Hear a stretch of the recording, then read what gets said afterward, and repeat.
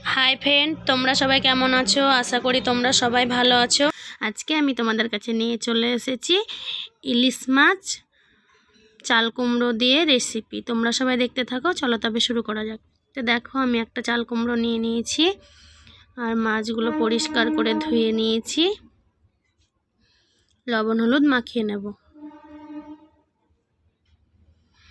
আমি একবার দেখিয়েছি ইলিশ মাছ সর্ষে দিয়ে, এবার দেখাচ্ছি চাল কুমড়ো দিয়ে। তো দেখো, আমি মশলা বেটে নিচ্ছি। কিছুটা আদা, কিছুটা জিরে, কাঁচা পাকা লঙ্কা, কালো সর্ষে, সাদা সর্ষে দিয়ে বেটে নিচ্ছি। দেখো, মশলা বাটা হয়ে গেছে। চাল কুমড়ো এরকমভাবে কেটে নিয়েছি আমি। এরপর কড়াই বসিয়ে কড়াইয়ে তেল দিয়ে দিলাম। তেলটা নাড়াচাড়া করে গরম করে নেব। দেখো, তেল গরম হয়ে এসছে। মাছগুলো দিয়ে ভালো করে উল্টে পাল্টে ভেজে নেব।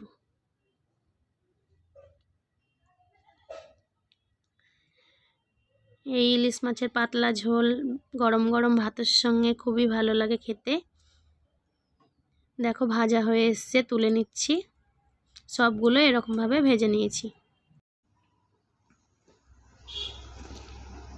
ওই তেলেই দুটো কাঁচা লঙ্কা, অল্প একটু কালো জিরে, একটা তেজপাতা দিয়ে কেটে রাখা চাল কুমড়ো দিয়ে হালকা করে ভেজে নেব।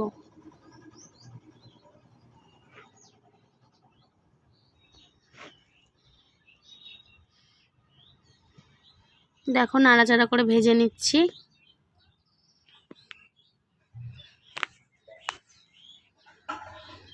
দেখো, ভাজা হয়ে এসছে।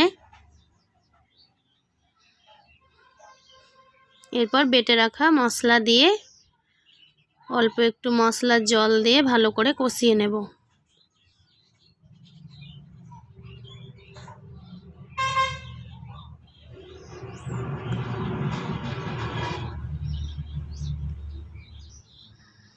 পরিমাণ মতো লবণ, পরিমাণ মতো হলুদ দিয়ে ভালো করে কষিয়ে নেব।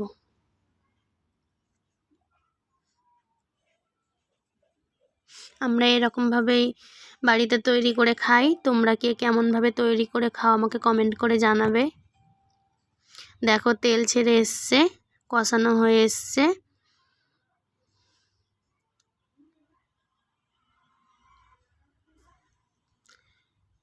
এরপর পরিমাণ মতো জল দিয়ে দেব।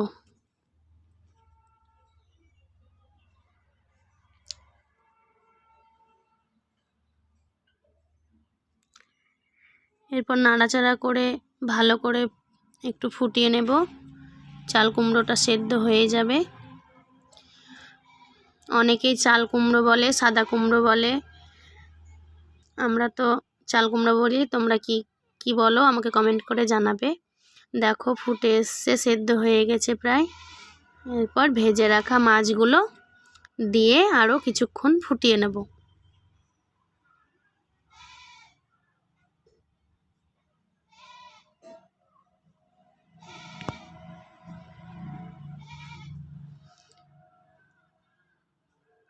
দেখো, সবগুলো মাছ দিয়ে দিলাম। এরপর নাড়াচাড়া করে ফুটিয়ে নিচ্ছি। আমরা এরকমভাবেই তৈরি করে খাই চাল কুমড়ো পাতলা ঝোল। তোমরা কে কেমন করে খাও আমাকে কমেন্ট করে জানাবে। দেখো, হয়ে এসছে, নামিয়ে নিয়েছি। ভালো লাগলে অবশ্যই আমার চ্যানেলটিকে সাবস্ক্রাইব করে লাইক শেয়ার কমেন্ট করে আমার পাশে থাকবে।